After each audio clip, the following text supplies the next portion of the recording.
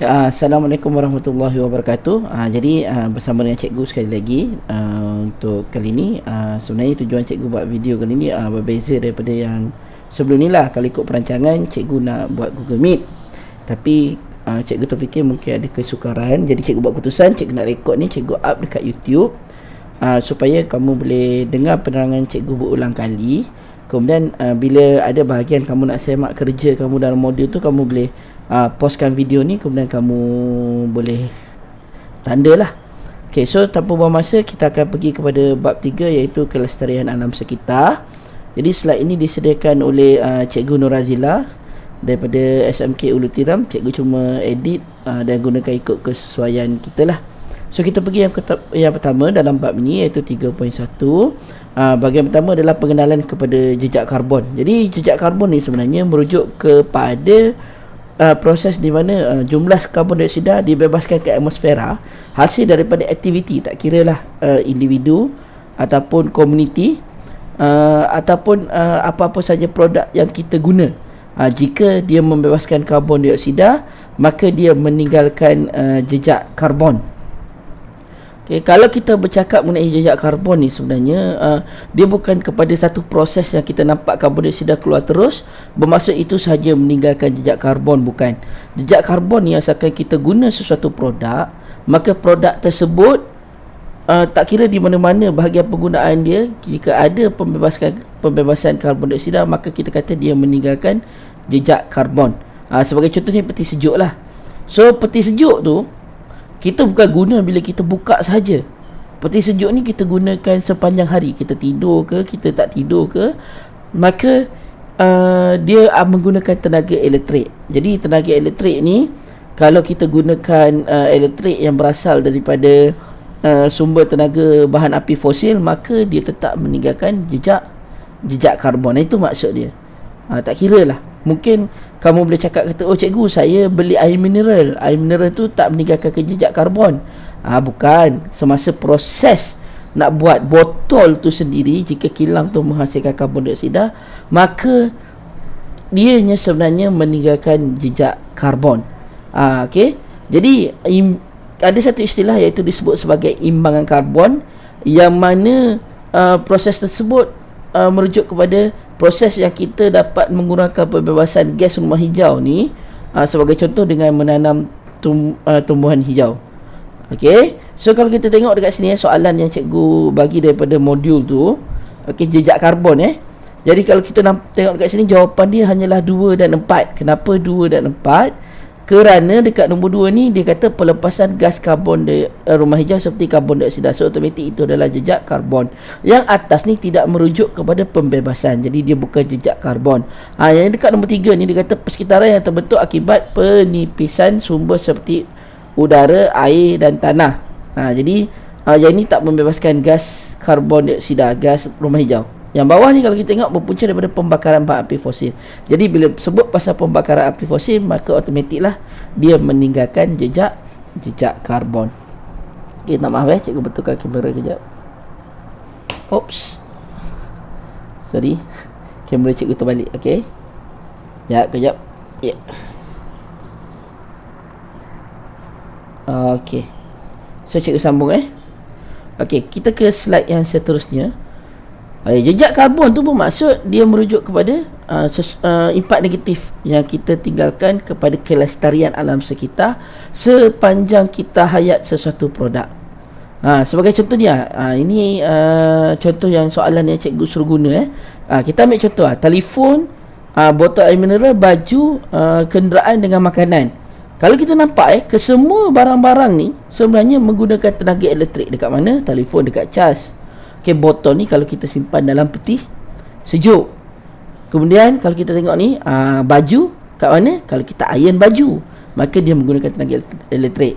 Okay, bas pun sama, kita gunakan bateri di dalam kenderaan, maka makanan pun kita menggunakan tenaga elektrik. Bila kita nak masak nasi, kita nak panaskan guna microwave, semuanya menggunakan tenaga elektrik. Okay, adakah kesemuanya menggunakan air? Ya, kecuali telefon.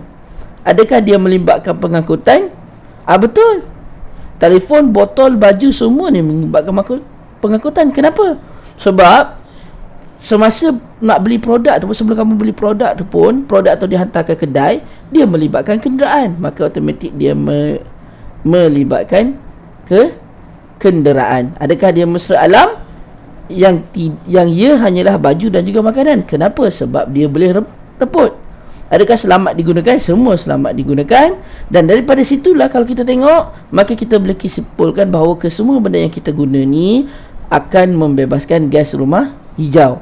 Jadi kamu boleh pause bahagian slide ini, dan kamu boleh tanda dalam buku kamu. Okey, ini adalah kita nak cakap pasal tapak tangan karbon. So tapak tangan karbon ni kita meninggalkan impak positif. Tapak kaki impak negatif, tapak tangan impak positif. Jadi macam mana kita nak tinggalkan impak positif? Yang pertama, kita gunakan bahan yang mempunyai jejak karbon yang rendah. Yang kedua, kita guna kaedah yang mana pemanjangan kita hayat suatu produk tu dan kita meningkatkan kecekapan produk tersebut. Menggunakan tenaga yang kurang membebaskan rumah hijau, dan kita guna pengubah tenaga yang mempunyai kecepatan tenaga yang tinggi.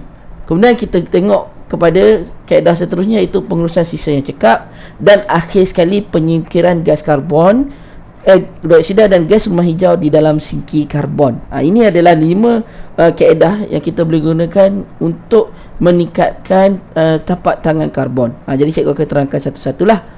Okey, yang ini jawapan yang untuk bahagian seterusnya, definisi. Kalau kita kamu boleh pause kejap. Okey, kamu boleh tanda dan boleh semak, kemudian kamu boleh masukkan pembetulan dalam buku kamu. Ini definisi saja.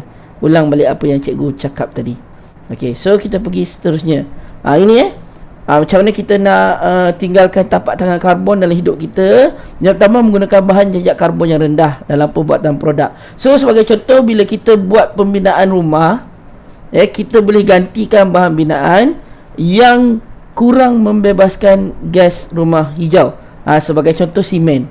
Simen tu masa nak buat, kita akan hantar kilang dan sebagainya. Maka proses pembuatan simen tu, dia menghasilkan gas rumah hijau yang banyak, maka dia meninggalkan jejak karbon yang banyak. So untuk menggantikan dengan tapak tangan karbon, kita tukarkan simen menggunakan kayu. Tu contoh. Okey, tapi kamu kena ingat, dengan menebang kayu, maka kita akan mengganggu singki karbon. Kejap lagi kita tengok apa itu singki karbon. So seterusnya, sebagai contoh, kita nak memanjangkan kita hayat bateri. Bateri, kalau kamu guna bateri biasa yang bukan rechargeable, maka dah habis tu kita akan buang. Jadi kita guna bateri rechargeable. Jadi bateri rechargeable tu bermaksud semasa proses nak buat bateri tu, dia akan meninggalkan tapak karbon.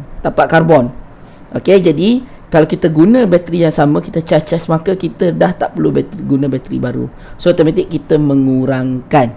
Tapi kalau kita charge guna tenaga yang dihasilkan daripada bahan api fosil, kita tetap meninggalkan tapak karbon. Jadi cara dia adalah kita guna tenaga solar, yang mana tenaga solar tersebut orang kata apa, tenaga bersih yang tidak meninggalkan tapak karbon, kecuali masa nak buat panel tu sendiri.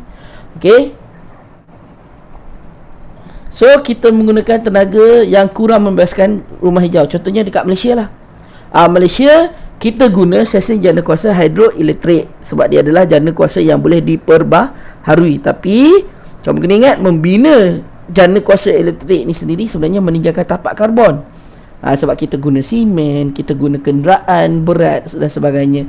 Tapi bila dah siap, kemudian kita gunakan tenaga daripada tersebut, maka tenaga daripada penjana ini, maka kita tinggalkan tapak tangan karbon. Okey, seterusnya adalah pengurusan sisa yang cekap. Gunakan konsep 5R, iaitu refuse, reduce, recycle dan reuse. Okey, dan rot akhir sekali. Yang pertama, maksud dia adalah refuse, bermaksud kita tidak terima produk yang kita tak perlukan. Contohnya, kalau kamu beli sekadar roti dengan air, boleh pegang dengan tangan, jadi tak perlulah minta beg plastik. Kemudian kita mengurangkan kuantiti produk yang kita gunakan, bermaksud benda yang kita boleh gunakan sikit, maka kita gunakan sikit, jimat. Contoh paling mudah inilah tenaga elektrik.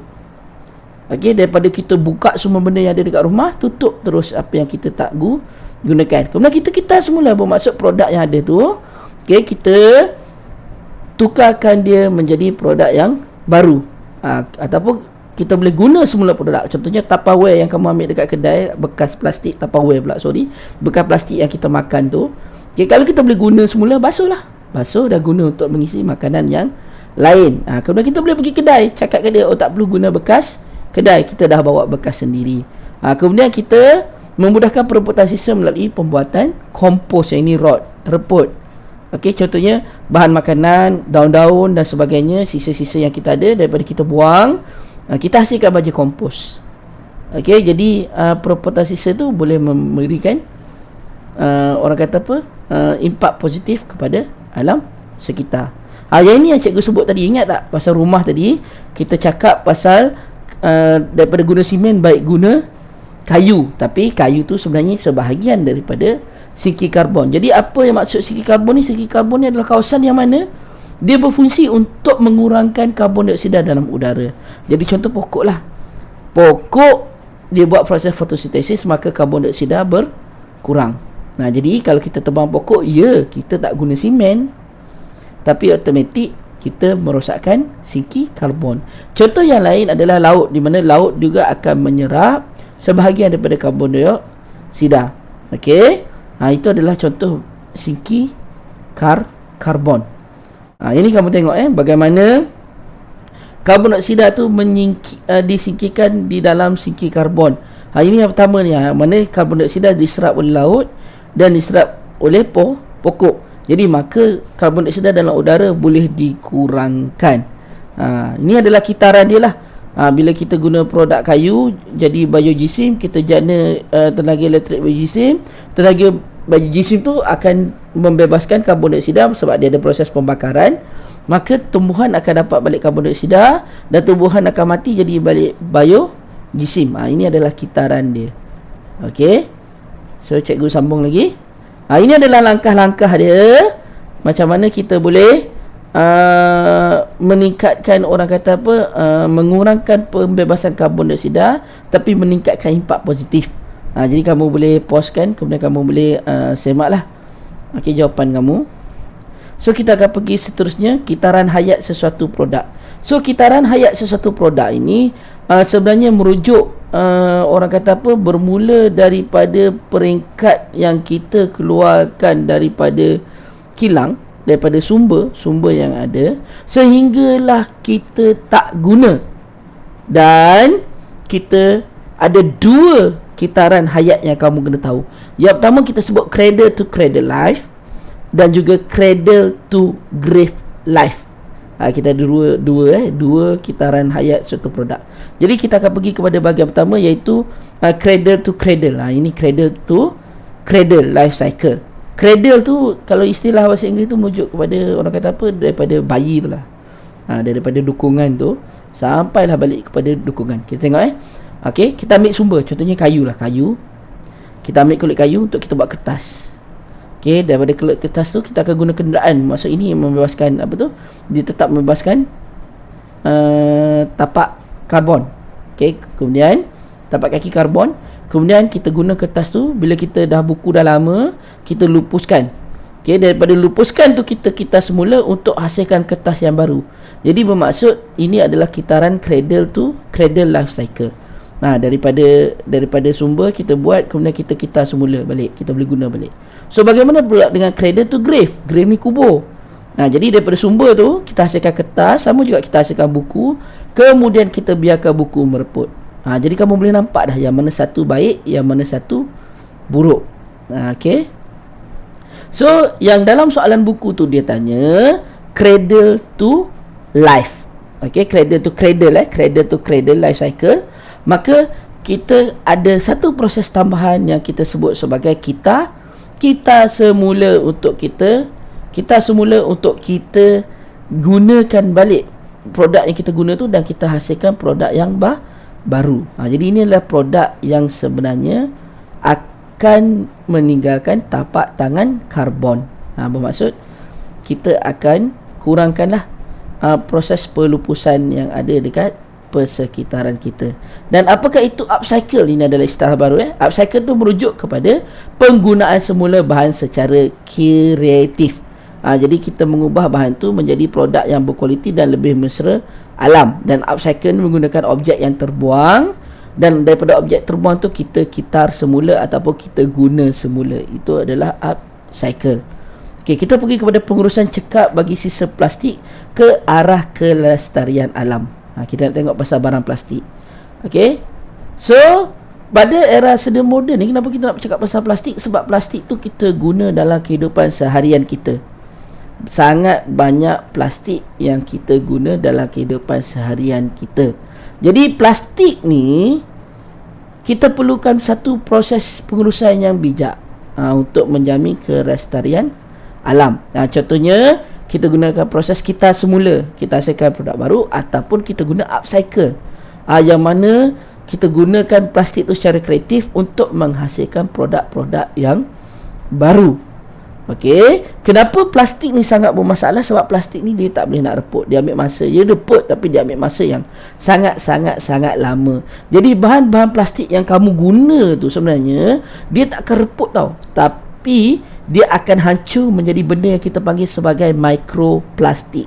So kamu boleh tengok gambar rajah kat atas ni lah. Mikroplastik ni adalah kepingan plastik yang sangat kecil. Jadi mikroplastik ni sebenarnya dia boleh masuk ke dalam badan organisma akuatik. Jadi bila dia masuk dalam badan organisma akuatik, maka kita makan benda tu. So plastik tu akan kembali kepada kita. Dan sumber utama mikroplastik ni adalah daripada plastik yang kita guna lah. Yang kita guna dan kita buang secara tidak terancang. Dan ini kitaran dia. Kamu nampak bila kita buang plastik, bila kita buang mikroplastik, okay, minta maaf kita buang barang plastik. Jadi bahan plastik tu dia akan hancur. Dia tak reput tau, dia hancur kepada kepingan plastik yang kecil. Kemudian hidupan laut ni dia akan makan. So bila hidupan laut makan, maka plastik tu dipindahkan ke dalam manusia bila kita makan hidupan tersebut. Jadi impak dia tu akan ada pada kita di akhir nanti. Jadi macam mana kita nak uruskan sisa plastik tu dengan lebih cekap bagi mengelakkan daripada benda tu berlaku? Yang pertama, gunakan beg kertas. Sebab beg kertas dia reput. Kemudian kita kitar semula plastik tersebut. Kitar semula. Daripada buang, kita semula. Dan kalau kita tak nak kitar semula, kita bakar. Pastikan bakar dalam incinerator. Sebab incinerator ini dia tidak akan membebaskan gas yang bahaya. Okey, dan akhir sekali, gunakan penyedut minuman yang dibuat daripada keluli ataupun kaca yang kita boleh guna semula. Jadi kita boleh selesaikan masalah plastik. Tapi untuk pengetahuan kamu, kalau kita guna plastik penyedut minuman besi, sebenarnya kita tetap membebaskan tapak kaki karbon tu, carbon footprint. Sebab apa? Sebab kilang yang menghasilkan keluli tu dia akan membebaskan gas karbon dioksida yang banyak ke atmosfera. Okey, so seterusnya cikgu nak pergi kepada pencemaran alam sekitar. So dalam ini kita akan belajar mengenai jenis dan punca pencemaran alam sekitar. Jadi pencemaran alam sekitar ni merupakan perubahan ciri fizikal, kimia atau biologi yang sebenarnya tidak perlu ada dekat alam sekitar. Dia boleh jadi dekat udara, air ataupun tanah. Okey, pencemaran alam sekitar ni dia sebenarnya memberikan kesan negatif kepada semua hidupan, dan dia juga boleh menyebabkan isu alam sekitar. So kita tengok lagi So jenis pencemaran ni kita boleh bahagi kepada 4 lah. Okey, kita ada pencemaran udara, pencemaran air, pencemaran tanah dan pencemaran terma. Kita pergi kepada pencemaran udara. So pencemaran udara ni biasanya melibatkan pembakaran bahan api fosil ataupun biodiesel yang datang daripada gas exhaust automobil, ataupun perebutan bahan atau sisa organik yang membebaskan gas karbon dioksida, dan juga pelbagai jenis gas toksik yang dibebaskan melalui kilang, terutamanya sulfur dioksida. Okay, pencemaran udara semula jadi pula berlaku daripada letusan gunung berapi, pembakaran hutan, ribut debu ataupun sisa organik yang mereput. Jadi ada dua, satu adalah berpunca daripada kita, satu lagi berpunca daripada alam sekitar. So pencemaran udara buatan manusia ni datang daripada gas exhaust kenderaan ataupun kenderaan bermotor lah. Ini kenderaan bermotor. Kemudian dia juga datang daripada relau bagas. Relau bagas dekat kilang, stesen jana kuasa terma semasa kita menghasilkan tenaga, dan juga industri dan tapak pelupusan sampah. Yang ini yang akan membebaskan gas-gas yang berbahaya yang sebenarnya alam sekitar tak perlukan pun, dan dia akan menyebabkan pencemaran. Maka dalam pencemaran air pula merujuk pada sisa-sisa yang dibuang ke dalam air. Contohnya apa? Sisa deterjen. Deterjen tu apa? Yang kita guna untuk basuh baju tu. Deterjen. Kemudian sisa kumbahan yang datang daripada sistem kumbahan kita. Sisa pepejal seperti sampah sarap yang kita buang terus dalam air. Dan juga bahan buangan industri seperti grease. Okey. Contoh-contoh yang lain adalah bahan kimia yang digunakan dalam pertanian. Sebab apa? Sebab bila kamu guna bahan kimia dalam pertanian, benda itu akan diresap masuk ke dalam tanah bersama-sama dengan air yang ada dalam tanah. Kemudian air tersebut akan pergi kepada sungai. So, benda itu sebenarnya air alam sekitar tak perlukan pun. So, itu sebab kita panggil dia sebagai pencemaran. Contoh lain adalah tumpahan minyak. Ini kamu nampak ni. Tumpahan minyak dalam gambar ajar dekat atas ni. Okey, pencemaran tanah pula, contohnya adalah penggunaan baja, penggunaan sisa pepejal, okey, dan hujan asid, sisa nuklear, sisa elektronik. Itu adalah pencemaran tanah, merujuk kepada benda yang berlaku dekat tanah lah. So kalau kamu nampak dekat sini hujan asid tu, apabila dia turun, maka dia akan larut bersama di dalam tanah, bersama air, dan dia akan diserap oleh tanah, menyebabkan pencemaran tanah berlaku. Okey, so cikgu sambung. Ini adalah pencemaran tanah. Kemudian kita tengok pencemaran terma. Contohnya adalah penyahutanan. Okey, penyahutanan, aktiviti industri, pembakaran bahan api atau kenderaan. So maksudnya apa? Maksudnya adalah pencemaran terma ni adalah pencemaran yang menyebabkan suhu bumi meningkat. Jadi hutan tu sebenarnya dia orang kata apa, menyejukkan bumi. Jadi penyahutanan tu menyebabkan hutan tu berkurang. Aktiviti perindustrian yang melibatkan pembakaran dan pembebasan gas rumah hijau, pembakaran bahan api dan kenderaan domestik pun membebaskan gas rumah hijau. So benda itu sebenarnya akan meningkatkan suhu bumi. Jadi kita kata dia adalah pencemaran terma. Jadi ini adalah contoh-contoh dia, sama macam cikgu sebut tadi, ada dalam buku teks. Jadi kamu boleh semak, boleh pause dan boleh tanda. Okey, cikgu akan sambung ke bahagian seterusnya. Tahap pencemaran air dalam sisa domestik. Okey, indeks pencemaran udara IPU adalah parameter yang kita guna untuk ukur pencemaran udara, manakala biochemical oxygen demand BOD pula parameter yang digunakan untuk mengukur tahap pencemaran air. Jadi kamu kena faham untuk udara kita panggil indeks IPU. Indeks pencemaran udara. Untuk air kita panggil BOD, biochemical oxygen demand. Jadi ini adalah orang kata proses eutrofikasi, iaitu proses di mana ekosistem bertindak balas terhadap penambahan ion fosfat dan ion nitrat ke dalam akuatik. Jadi bila ada banyak sisa buangan, maka pertumbuhan alga menjadi pesat. Jadi masuk alga jadi banyak. So bila alga jadi banyak, apa yang berlaku adalah dia akan meresap, dia akan mengurangkan kandungan oksigen dalam air dan menyebabkan hidupan akan mati. Ini contoh kalau tahap pencemaran air tinggi. Tanda pertama kita tengok adalah proses eutrofikasi berlaku, di mana dalam air itu ada banyak alga yang berwarna hijau. Okey. So BOD yang cikgu sebut tadi, cikgu sebut tadi tu, dia adalah orang kata apa, kita mengukur jumlah oksigen yang terlarut di dalam air. Jadi semakin tinggi BOD tu, maka semakin banyak mikroorganisma yang ada di dalam sampel air tersebut. Okey, sebab apa? Sebab BOD ni dia ukur tahap oksigen. Tahap oksigen dia diperlukan oleh mikroorganisma. Bila mikroorganisma banyak, bermaksud tahap oksigen tu tinggi. Jadi mikroorganisma ni menggunakan oksigen. Jadi bila dia menggunakan oksigen, maka air dalam oksigen tu jadi rendah. Itu merujuk kepada air yang mengalami pencemaran. Okey, tahap pencemaran air boleh ditentukan dengan mengukur masa yang diambil untuk warna larutan metilina biru luntur selepas dicampurkan dengan sampel air. Jadi bila kita campurkan metilina biru dalam satu sampel air yang tercemar, kalau oksigen dia rendah, maka warna biru dia cepat hilang. Jadi warna biru cepat hilang bermaksud pencemaran dia tinggi. Kita guna metilina biru. Okey, yang ini yang cikgu terangkan tadi. Okey, so istilah yang pertama ada kat sini, bukan dalam bahasa Melayu kita panggil IPU. Okey, kita ada BOD dan akhir sekali adalah proses eutrofikasi. Yang cikgu sebut tu alga yang banyak menyebabkan kandungan oksigen di dalam air berkurangan. Okey, jadi bagaimana kita nak bersihkan air menggunakan teknologi hijau? So, apa maksud dengan teknologi hijau ini? Teknologi hijau ni bermaksud kita bersihkan air secara orang kata apa, kita gunakan hidupan. Sebab kita tak gunakan bahan kimia, kita gunakan hidupan supaya dia tak hasilkan lagi pencemaran ke alam sekitar. Okey, contoh dia kita guna efektif mikroorganisma ataupun organisma yang berkesan. Jadi organisma yang berkesan ni dia akan kurangkan pencemaran air. Dan kaedah teknologi hijau ni kita dah guna dekat Malaysia.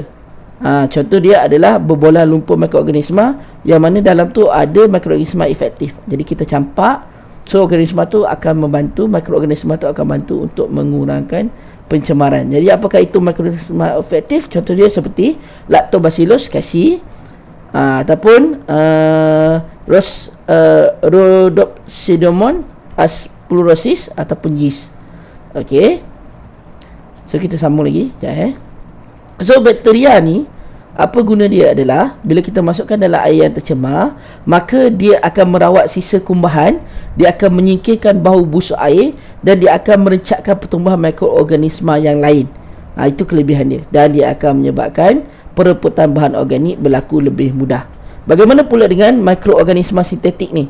Jadi mikroorganisma fotosintetik ni, dia akan mensintesiskan bahan berguna untuk haiwan dan tumbuhan akuatik. Bermaksud pencemaran tu dia akan tukar kepada bahan yang boleh digunakan kepada hidupan yang ada dalam air tu. Bagaimana pula dengan yeast?